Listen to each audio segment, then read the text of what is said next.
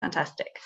So welcome development, and today we're going to be talking about coping techniques before assessments and exams. I'm Jenny Pelling. If you haven't joined us for one of these sessions before, I'm the Apprenticeship Director of Development and Diversity, and I'm joined by two guests today. First of all, Ross McWilliam, who will introduce himself in a second, who you know already from our previous sessions, and a guest spot from Steve Cooper, one of our tutors, who is going to wave to us now on screen. Hello. Hi, so Steve, over to you first. Do you want to just give a quick intro and then we'll pass back to Ross? Yeah, okay. So I'm based here in Manchester, so I change lots of subjects. All right, mainly in the finance, in the management and the tax stream, rather. Okay, so today I'm teaching advanced level strategic business management, as I have done all week, and then next week it's back to tax compliance and business planning tax, and also some ACCA tax as well. Okay, so I think there's some questions already been posted, and we'll come and deal with those later towards the end of the session that you've already sent to Jenny, and we'll talk about those later. Okay, so over to the two of you. Thank you, Steve. So Ross, let's just take this subject more broadly first before we delve into kind of specific questions. It's a period where many of our apprentices and learners are coming up to exams, and everybody's feeling a heightened sense, possibly, or some heightened sense of anxiety about that. So just a quick introduction for those that don't know you, Ross, about perhaps your background and how you've dealt with exams, and then let's talk about things that help. Okay. Well, I always start off with saying I'm 61, and it's got some relevance to that because throughout my professional life, I've always had to sort of jump through the hurdles and do lots of exams. And what happened initially when I was at school, I failed all my exams. But since age 17, I've always passed every one I've taken. So, and I'm not the sharpest, cleverest, whatever word you want to use, person in the world. But I think there's almost like a formula to it. And we're going to share some of those secrets today. So, you know, I don't think you should measure yourself against anybody else, just as long as we can see that you're making progress on your journey in life.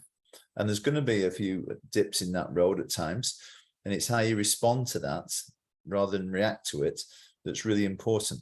So I think there's always hope, and I always say it's not who gets there first that always counts, as long as you get there. And that's my philosophy with exams, Jenny.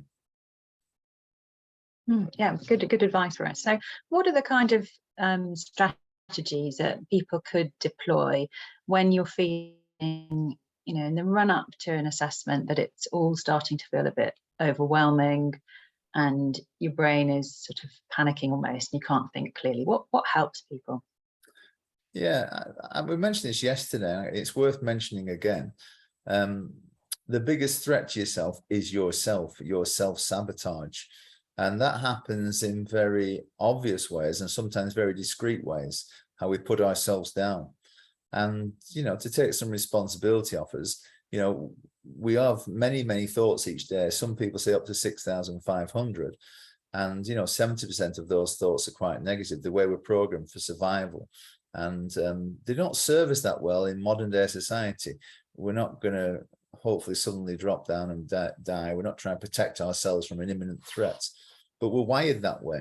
So I think the first thing is just remember that, you know, we've got to let go a little bit of that protective nature of ourselves and be more curious about the world rather than be scared of the world. And when we be more curious, the chemicals in our body, especially the adrenaline and cortisol, they don't get released in such rapid and voluminous amounts, which is good for us because they can sort of fuzz the brain, and the prefrontal cortex, where we do a lot of rational thinking and deciding and calculating, that can be very clear. Okay, so we don't need lots of chemicals in there when we want to perform. So I think, you know, if I was sat in somebody's shoes now, I'd be thinking, right, let's not beat myself up. There's a certain thing that everybody's got. We can be a bit scared of things where we see a threat, but I like to see it's an opportunity. And when we look to engage with a challenge rather than a problem, I think then we can sort of subconsciously talk to our body in terms of, let's not get too excited. It's important, but let's try and be very rational and logical about this. And as I said before, respond to things slowly and carefully rather than react to something in a red haze. And I think if you have that with not just the exam itself, but with the process of revision and studying, and if you use a study buddy and stuff, just go with that curious mindset, and it will help your body in terms of the chemicals that are produced, and ultimately, I'm sure it'll improve performance. That's really, really helpful. It's almost reframing the way we approach assessments and exams as not something, it's probably easier said than done, but not something to necessarily dread, but an opportunity to show what you've acquired. Yeah, language, and it's a good word, reframing. Language is very powerful to us, more powerful than you realize. It has a lot of residue to it. So, in terms of, are you nervous? The adrenaline's going, and, well, what happened last time? You start thinking about the past.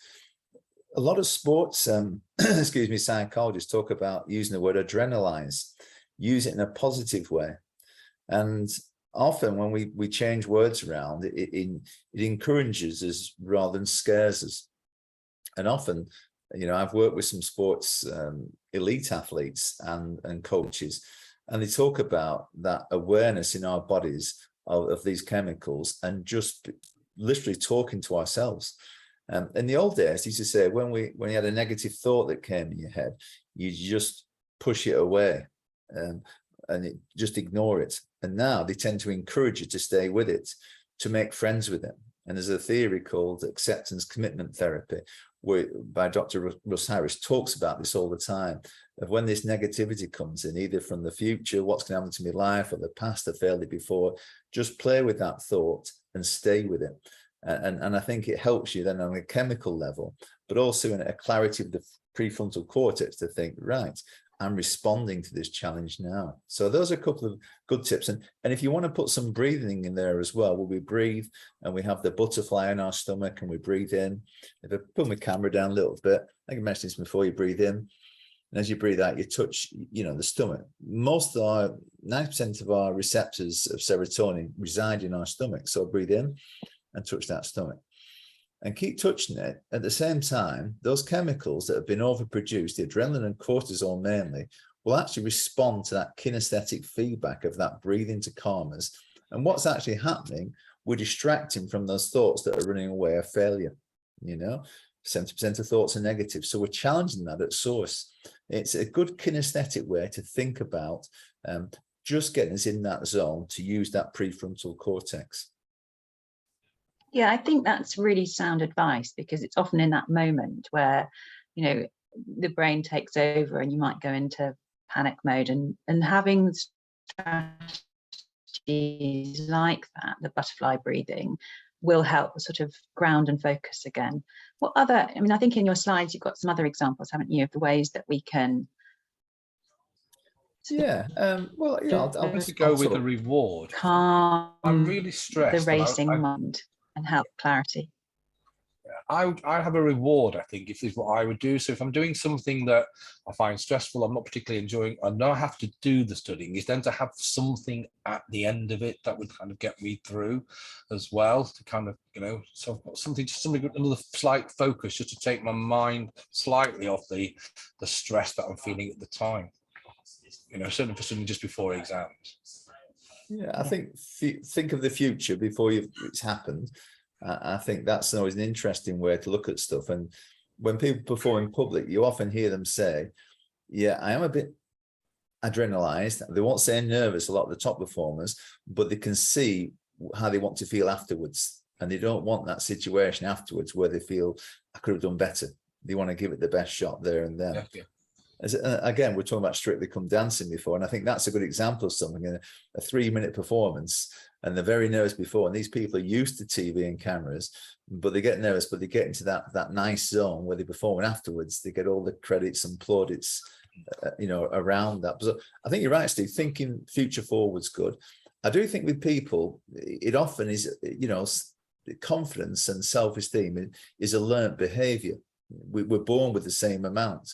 So I think if you can practice these sort of things before you get in those situations, the breathing techniques could be box breathing, where you breathe in, hold it, breathe out, and then push it out. You know, breathe in, hold, breathe out, punch it out, or the high five to breathe in and breathe out. They use this in mindfulness at Oxford University. And that's an easy one, just to stop things racing away. So these are immediate things you can do, not in the exam hall, but certainly when you're revising weeks or days before the exam. Get your body used to just calming down and let the prefrontal cortex do its job. Yeah.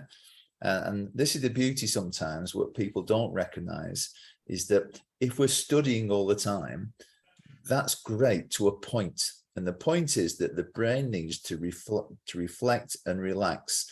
And that's where the right-hand side of the brain, the creative side of the brain, takes over and actually sort of increases the ability to memorize. And it's linked to the hippocampus in our brain. So we talked about adrenaline and cortisol. The hippocampus is to do with memory and motivation. So if we're talking about memory and motivation, and you keep studying all the time, and you're very motivated, but if that then becomes a bit frenzied and a bit anxious, the actual memory process there gets compromised. So what we need to do when we're studying for exams is to have this way that we study with not too much volume and intensity, come back and reflect, let the right side of the brain work. And remember that when you're remembering something, it's the retrieval of memory that helps you remember something. It's not just learning it for the first time, and it's testing yourself. So a really good tip beyond these calming things and beyond what Steve says, looking to the future, is to actually have something to test you to see if you've memorized it correctly. And that's a really powerful way of doing that. Now, there's the other tip that goes with that, is that if you learn something in today, for instance, and then before the end of the day, you're going to memorize it again and recall it. A better word is to recall it. You've got a great chance then of remembering this later on in the week. So the golden rule is this: when you learn something one day, test yourself on it in the same day. Then 3 days later, test yourself again. After a week, test yourself one more time. And you guarantee you'll probably remember 90% of the stuff you learned on the first day. If you leave it a few days or a few weeks, you'll probably lose up to 50% of that learning because you haven't touched base with it. So touch it up regularly when you've learned it, and then you can leave bigger gaps because it's already in the system. I hope that makes sense. It does, and I'm when I'm doing, so if I'm doing something that a particular topic in a paper that I don't particularly like, then I kind of so I'm not always anxious, is then going to do a question on a topic that I do like to show them myself. And again, just reiterating to myself, I can do this because there's parts of it I can do. And then I will then go back and go, rather than just getting anxious all the time about all the bits I can't do, I tend to do a little bit of both. Just so that then I can say, yeah, but I do know this. As you say, going over it, recalling it, memorizing it, etc. So don't always go over the bits you can't do. Sometimes it's nice just to go, yeah, I can do this because I can do that bit and I can do that bit. And I found that really helped with me. Yeah, that's useful. I'm sure tutors would also say, that what Ross is describing there about recall, putting it into practice, links really nicely with doing past papers, Yes, practice I think scenarios. also we do that as part of our training for Ofsted and so on. Is the fact that now most tutors at the end of the day will just summarize or do a quick quiz, which building on Ross is saying there, and ask questions, right. So just while you're packing up, who can remember what the nil rate band for inheritance tax is? Who can remember what the personal allowance is? And again, as Ross is saying, that's just reinforcing it. And then, tutors again have a quick recap. I tend to do that particularly online. A quick quiz, just go over what we did the day before, and as you say, hopefully they will remember it a lot more, not 50%, but 70-80%, because you've had, like you said. So I do like that recall at the end of the day, and then a recall the morning after is used. That's part of our teaching technique that we use. Yeah. And Ross, going back to kind of more general points, we've spoken on these personal development sessions in the past about a fear of failure, and it's something you mentioned at the start. So if somebody is really concerned about failed an exam before and will history repeat itself, what kind of guidance would you say to them? Yeah, It almost links to imposter syndrome, that we don't think we're good enough. And the good thing about imposter syndrome, that most people will feel that, you know, and if you don't feel it, that could be a dangerous blind spot you have. So it's quite natural to have that feeling that, you know, you're going to fail again. But I always point people, once that emotions take over, these 70% negative thoughts, let's just stop that in its tracks and let's be a detective. Let's look forensically at the evidence in the past. You know, what has happened in the past? And sometimes where we have gaps in this knowledge and maybe have some sort of failure, the brain can actually make the full story up, but it doesn't complete it correctly. And often when we've had something bad that's happened, we magnify the magnitude of that. So look for the evidence in the past that you've struggled and try to examine that, but also balance it up with some of your successes, because the brain doesn't do that too well. It's always looking for the negatives. So look for the past evidence of success. So you might have failed something, but it might have just a few things, and most of the stuff was right. And that's the beauty of going through past papers, where you can be very specific, pick up the areas that you lost the points on, and then make sure next time you're covering those gaps in the future. So in that sense, it's very important that you look for positive evidence in the past, and then you can visualize the future again. Again, you're trying to program yourself, as Steve said before, to the future. But once you've looked at the evidence in the past, being very specific, going over past papers, you're actually ready to perform. And for me, I keep saying these cliche words, but it's an opportunity. It's not a threat.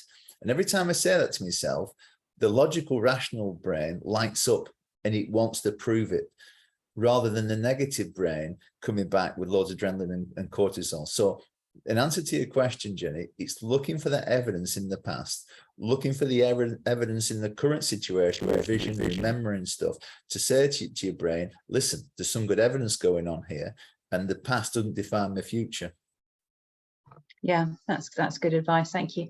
And if I'm, you know, in the kind of, I don't know, 24 hours before the exam, and my temptation is to really cram hard that last day, what would you be saying to me about whether that was wise, or the kind of optimum periods in which I should be studying for? My advice to my students, what they do, because it's a question I get asked all the time, you know, so when I finish teaching on Friday and then the exam next week, what should I be doing, Steve, over the weekend?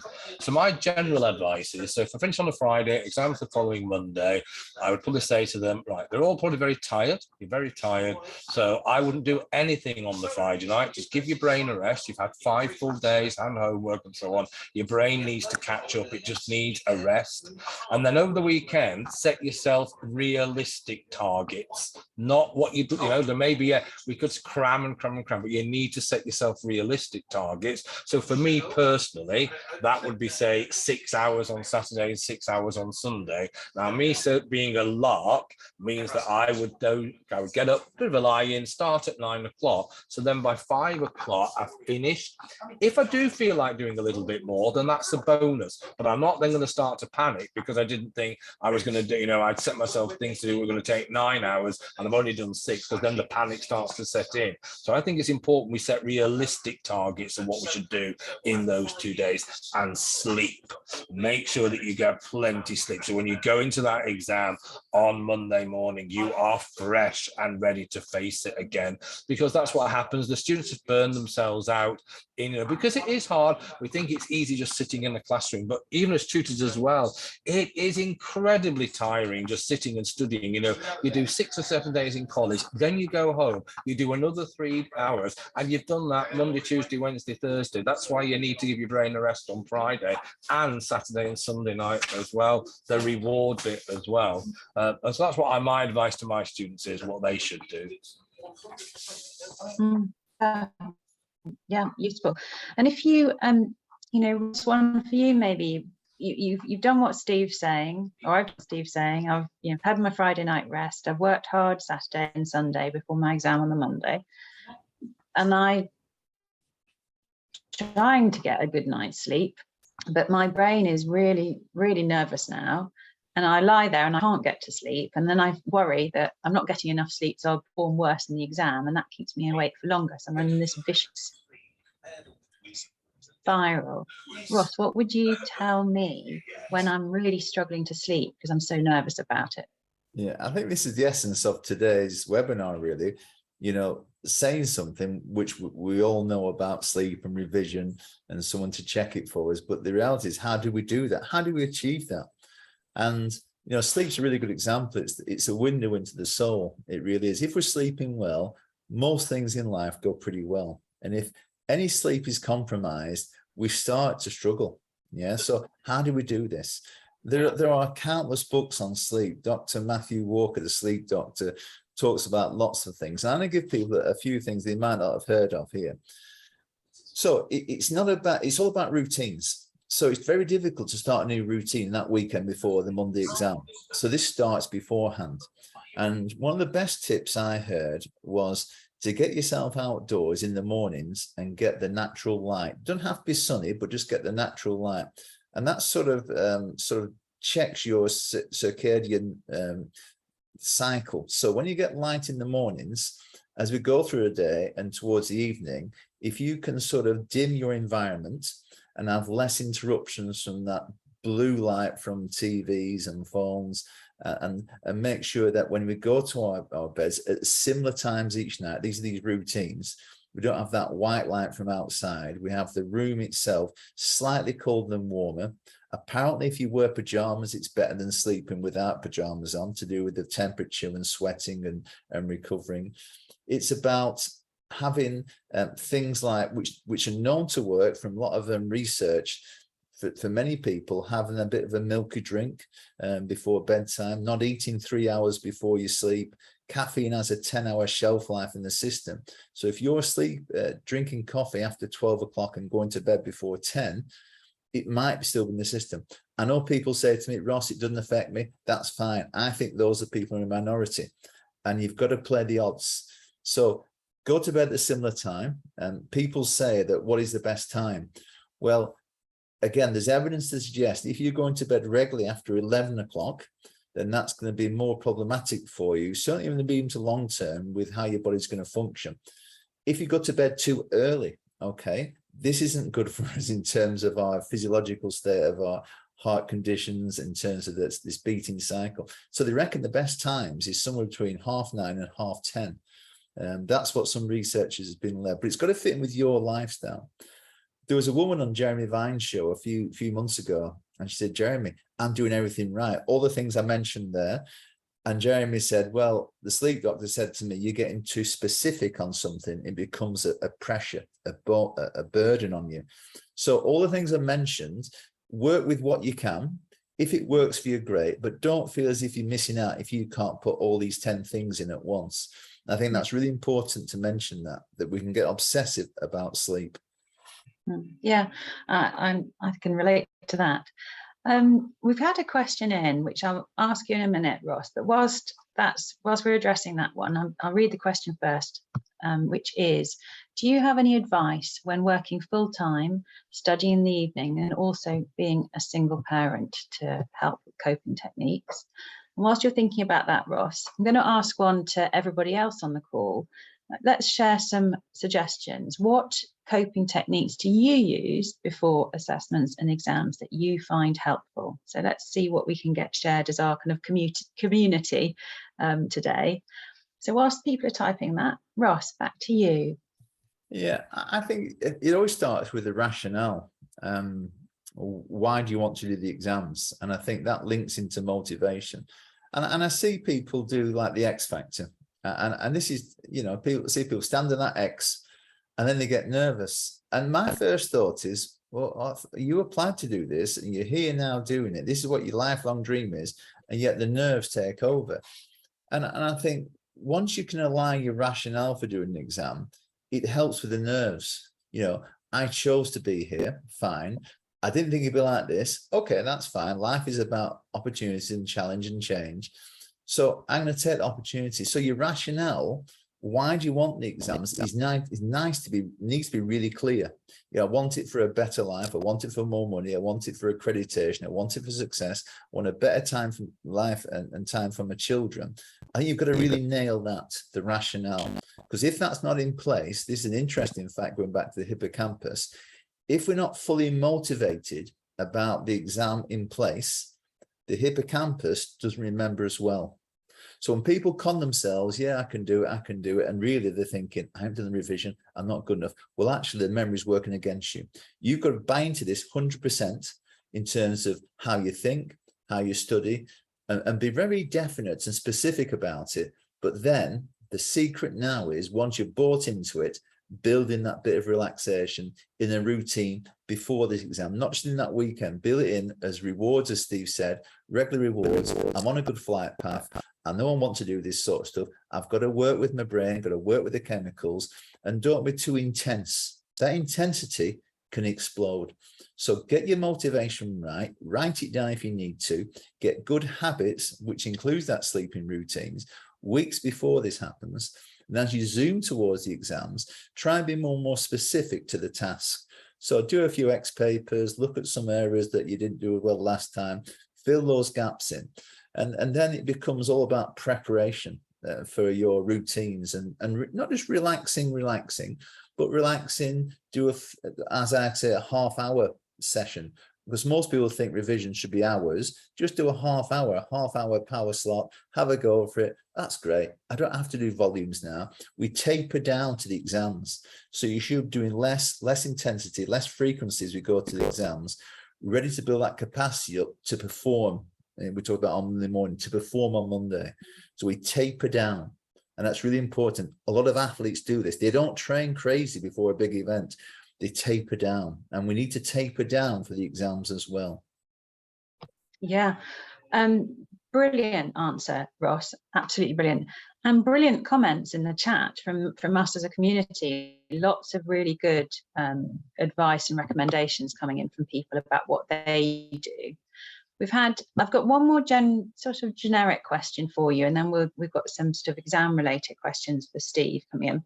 So Ross, just you've touched on this a little bit, but somebody asks us whether, if you're doing lots of long hours, you've got commitments in the evenings, how do you kind of overcome being burnt out?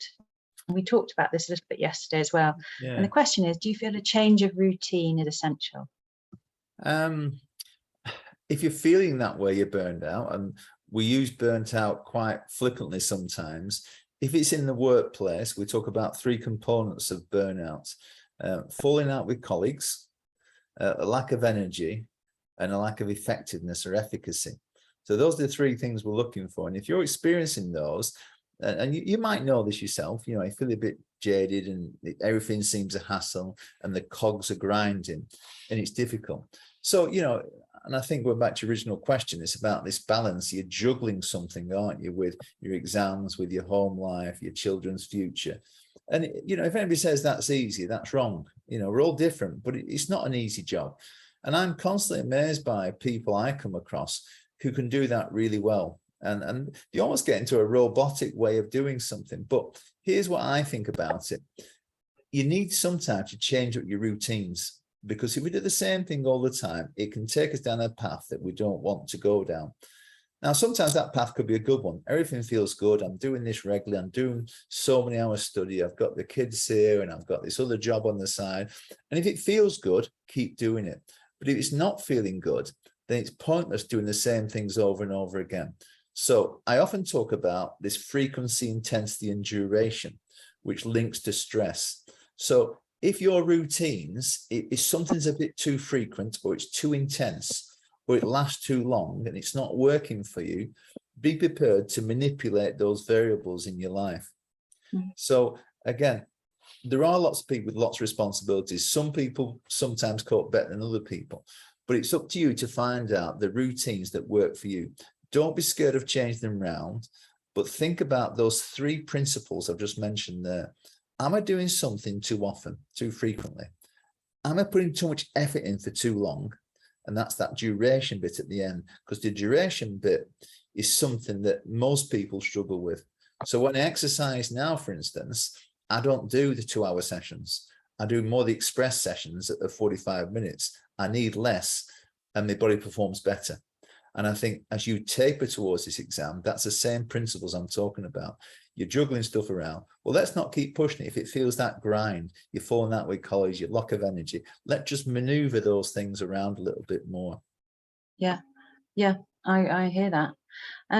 Steve, I'm going to come to you if I can, around a question that we've had in advance, and actually that's come in as well today. And this is somebody who says that they don't work, they've got an audit and assurance exam coming up, and they don't work in audit in practice.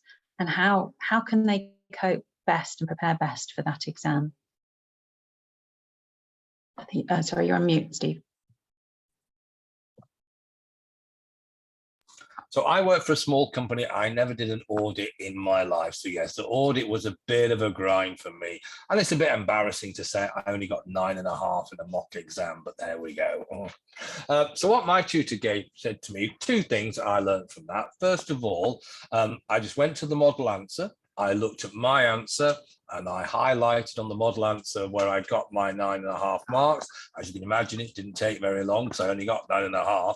And then I found out why I'd not highlighted lots of it. And some of it was simply because I didn't state the obvious. I didn't get a broad enough answer. One of my tutors then said, you don't say why. Whenever I read your script, Stephen, I should never be able to ask you why you're doing that test, etc. And the other thing I learned very well is to talk to the person we next at college, because he was an auditor. So I got some really good practical advice and tips from him. So whenever we were in college, not necessarily on an audit day, I'd just say, look, so what jobs have you had recently? What were you doing? Were you auditing receivables, or were you doing sales or whatever? And talking to other people, your fellow students, I found really invaluable because it gave me an insight as to what they do. So for me, my incomplete record was second to none, because I used to have like taxi drivers, garages with just a pile of invoices. So I could pass that on to him when he was struggling with accounting and say, right, this is what you do, right? And that is very good. If there's a two-way thing, an audit is quite good because you can sit and eat your lunch and talk about it. It's not something where I have to have a piece of paper like doing incomplete records and sit down and do it. I think by talking, just sitting down and just having a chat, all right, going, oh, what was your last job? Because I don't do audit. All right, what have you been doing? And I learned loads that way, and it really did help me get some practical, as well as looking and reviewing my answers to get some of the theoretical things what the examiner wanted as well. Yeah, I like that. And maybe something that also helps is looking at the scenarios from past exam papers, and then learning from those scenarios, having a go at those practice questions and reading the examiner's reports. You will often tell so much from the examiner's reports about a previous sitting of where learners did really well or where they didn't do so well. And you can get those, can't you, on, Steve, correct me if I'm wrong, but ICAEW's website, it's got examiners reports there, and we put summaries on my Kaplan, don't we? And I think the other thing is, it's very tempting. Now, certainly this is when I'm teaching ethics and things like that. It is not the most interesting. It is the most boring thing. But reading the answer, and Ross was talking about this before, reading, and I do this in my class, I have a little quiz going missing letters, and they write down 4 pairs of words with missing letters, and I give them 5 to start with that I've done. And at the end of the day, I'll say to them, how many of those 9 things can you remember? They can always remember the 4 that they wrote down, but they probably get 1 or 2 of the 5 that they've read. And I'm saying, look, that is 7 hours ago, and you can't remember what you've read. What's the chance of you doing that in next week's audit exam, which is now 5 or 6 days away? We learn by writing things down, but the temptation with audit is to just read the model answer. But personally, I don't think you're getting that much out of just right. Even if you just paraphrase, just jot down a few ideas, don't necessarily write out a formal answer and then go and have a look at the model answer. But just reading the model answer is not how you remember things, unfortunately. Yeah, got to use it, haven't you? Yeah, absolutely. And that gets my point across when I'm teaching, the fact that these missing letters, they love it. It's a bit of a quiz, a bit of a laugh. All right, see, no one's ever got more than 6 out of 10. Okay, there's a challenge. Ross, a question for you. That's somebody who's saying they have to do 2 exams a day.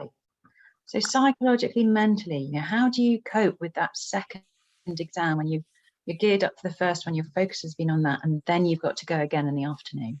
Yeah, the classic, I won't say mistake, the classic behavior that people do for that, they put all their eggs in one basket the first exam. And the second one, I'll do that when I come to it. And they come to it maybe less prepared. So you've got to give it equal weighting. And if you're not giving it equal weighting, there's a nervousness then why you're not doing that. Because, you know, unless you want one exam more than the other, I don't think so. They're both important. So the common mistake that people do, they put all their eggs in the first one, and it's just the second one, it's like, oh, at least I'm here now. Let's get it done. I've got no more time. And then they start panicking. So the equal preparation time is really important for that. But again, remember what we said about tapering down. More doesn't mean better. And what you're going to do, you're going to switch on your bad chemicals, and the good ones, which we get from exercise, the endorphin, the serotonin, which calms us from good food and good sleep, and that socialization with people, they're going to be wanted, they're being missing. So it's really about that process of going into the 2 exams, equal weighting, mixing that up with that good connectivity with people, the good sleep hygiene, which starts weeks before, and keep the good diet. And we haven't mentioned much about diet. And we talked a bit about caffeine, and people go for the Red Bulls, the Monsters and stuff, but I'll give you a spike, but it won't give continual, consistent energy. And long-term, it's dangerous as well. But the thing is with food, we don't get immediate feedback. It takes months. So again, if you're in this pathway of exams, start that good eating, that good thinking, that good exercise and sleeping, you know, at least a month before. And then it starts to kick in, and it starts actually producing the goods for you. And, you know, and the opposite of that is try to avoid those convenience foods the nearer you get to your exam, and keep that good food balance. I think also, as I replied in the comments as well, it's important not to do, and don't get a file out for your second in the afternoon exam. Your brain needs a bit of a rest, so you make sure that you take some, just go for a walk, have your lunch or whatever, but don't start cramming again just before you go and sit that second exam. You need to give yourself a little bit of rest, I think, as well. And then something I learned the other day, I was listening to something on the television, and it's how people in the army go to sleep when they are on maneuvers and things like that.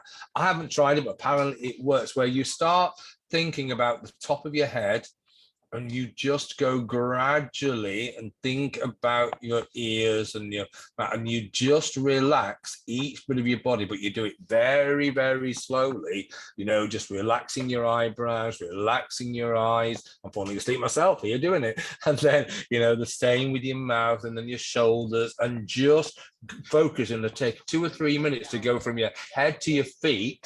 And apparently that's how people in the army, you know, when they don't get much sleep, how they get to sleep. So you might try that. I don't know whether it works, because I'm usually quite fall asleep within a few minutes anyway. But if you're really struggling, you might just try it. It might help. All right, the way you do it. I know Jenny's nodding there. Well, I used that myself. It was a technique from Headspace. Oh, exactly. Yes. Charlotte, you're on the same one. Yeah. Headspace does it, and Andy Paddington's voice is brilliant, and that takes you through all of those steps. And I find that really beneficial, actually. That's touching on mindfulness, isn't it? That mindfulness, and they call it a body scan. And you can that's exactly like or lying down. Or you could always listen to one of my lectures. You could listen to one of my recording lectures. You know, you'll be asleep in 5 minutes because I'm so boring. Okay, just switch that on and just fall asleep. You'll be fine. Yeah. Are there any more questions coming through, Jenny? Nonsense. But good comment about blocks of study or equal weighting. So it is, do studies show equal weighting per day is better or worse than doing blocks of study towards each exam, but overall equal time? Personally, my personal response to that is to mix it. All right, because your then brain needs to kind of switch on for. So, for instance, if you're doing, so I quite like to teach the PwCs, they're doing tax and business planning tax. So I would say you need to do both on the Saturday and the Sunday, And personally, I'd start with the hard one in the morning, and then it then means that you have a nicer afternoon. And again, it's just the psychological thing of feeling quite happy at the end of the day. Yeah, you might have had a tough morning, but if you found TC, that idea of feeling good and confident. So if you finished on a high by doing something you can do, then I think that personally. So that's what I advise my students. That's my personal view. You shouldn't mix it. I'll just give an example of what schools do. The most important subjects at schools there's 3 subjects: maths, English and science, and they generally put the maths and English the first or second periods in each day, and then working down the afternoon to less, I won't say less important, but less in terms of the curriculum, that less valued for many people. So they do that because the brain is ready for a challenge initially. And as you get through the day, our energy levels can waver, things can affect our mindset, those negative thoughts can come in. So again, ultimately, it's about what works for you, but don't try and put off the hard stuff at the end, because the brain will actually avoid it altogether. That's what it's trying to do. And if you confront it and get on with it, you get the momentum build then for other things, and you feel good about the next challenge. But see what works for you. Oh yeah, lovely. Yeah. Good. I'm just going to open up to any more questions. We've got about 5 minutes, and as I do that, I'm going to also put in the chat when we get the next questions in, a link to a quick survey, which we'd really welcome people to comment on. So whilst I get the survey link, Steve, do you want to just take the question on advice on how best to cope with the amount of revision content?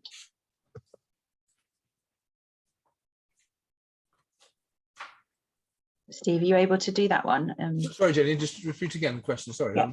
There's a question in the Q&A, which is, can we give any advice on how best to cope with the amount of revision content? Yeah, manageable chunks. All right, break it down into manageable chunks. Have a plan. Having a plan is always good. All right, and pace. All right, so now I've got students who are I just taught them last week. Their exams are then going to be in the first week of December. So therefore, my advice now is possibly 2 or 3 evenings a week, then again another 2 3, but then when we're getting closer to the exam, but set yourself a plan what you're going to do in those weeks, but again make it achievable. Yeah, we'd all in an ideal world like to go over the whole thing again, but focus on the areas that you are least happy with, but at the same time don't neglect the areas that you are happy in, because otherwise you might not have studied those for 5 weeks because you haven't done any questions because you like that. And again, it's that reward when you're doing it. So one night you might think, oh yeah, I'll do that, but I don't like that, but oh, I like inheritance tax, I'll do an inheritance just to show you I'm still okay with that. And that then helps, I think. So I think realistic targets and pacing yourself, I think, is very important, because I think as well, the problem is, this is why I say, I'm saying to my students, you need to relax, because you've just had 2 full-on weeks. All right, you've been going so hard. All right, your body just needs to, you can't keep going much longer. You just need to have those relaxation periods, which you haven't had Monday to Thursday. So don't do anything on the Friday or after a mock exam. Don't do anything after a mock exam. Just, and treat yourself. Date night, that's always a good one. If you've got a partner, make it date night, and don't say no. Oh, I don't, make the effort. Friday is always date night. Do something like that, or something you don't normally do, or something that you enjoy doing with somebody, right? Because by engaging with somebody else, that will take your mind off it as well. Brilliant. I love that advice, Steve. Thank you. And we're just going to end with 2 quick questions, Ross, for you, and you've got 1 minute for each. One from Emma: is it normal to get so stressed before an exam that I take stress out on those around me? I think I might be like that, Emma. It is normal to a point, but self-awareness is a big thing. And if you have asked that question with that context, then you're probably aware that you're doing that. So, and that's not really a good behavior to do. It's not sustainable long term. So as Steve was saying before, have that little contrast, that reflection, and just, if that question's been raised, then what can you do in terms of action to change that scenario? So just got to work with it. The biggest thing you've said there is awareness. If you haven't got awareness, why would you change? So I think you're telling me by this awareness, you have to change. And I think they say change happens when we're aware, then we take action. So in answer to that response, let's take some action. Absolutely. And your last one, Ross, is somebody said they failed the same exam twice. How do they stay motivated? But I'm going to broaden that up. So can you leave us with some really motivational final comments that we take with us into the exams in the next week? Okay. And I can talk at liberty with this because I failed my maths 4 times and I failed some other ones as well. Some I didn't even turn up to. And I think looking back, I've got more perspective on things now. But I'll take you back to a story. Roger Bannister, and it's in the slides, so you can have the slides afterwards. Roger Bannister in 1954, he was the first person to run sub 4 minutes for the mile. Before that time, people thought you would die, and it's not possible. It's one of those records that you can't beat. So that human belief system that it's not possible, you're going to die, complete failure was in place. So let me ask everybody a question then. He broke it, and that was in 1954. How many people do you think went under 4 minutes in the next year up to 1955? Let me have a guess at that one.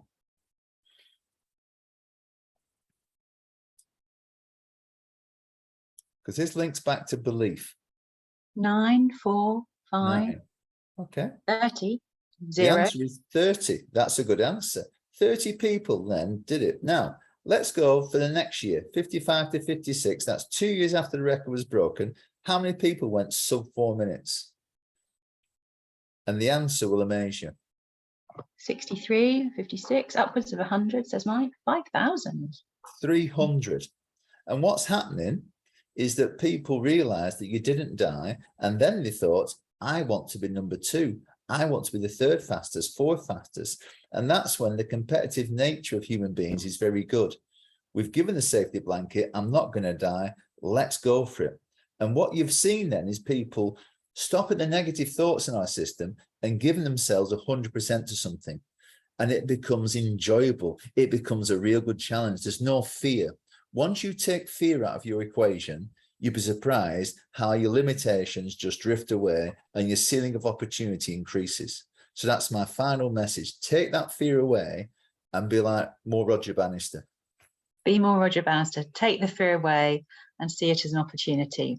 Okay, everybody, I really hope we've given you some good tips there, and best of luck in the upcoming assessments and exams. You have been brilliant, actually. We've had loads of feedback from you in the comments and chat, so thanks for sharing your ideas too. Ross, are you okay that we stay on for a couple of minutes? We've got a couple of questions we haven't answered, but I'll end the recording now and wish everybody really all the very best. You've got it, and look forward to hearing from you soon. Bye-bye.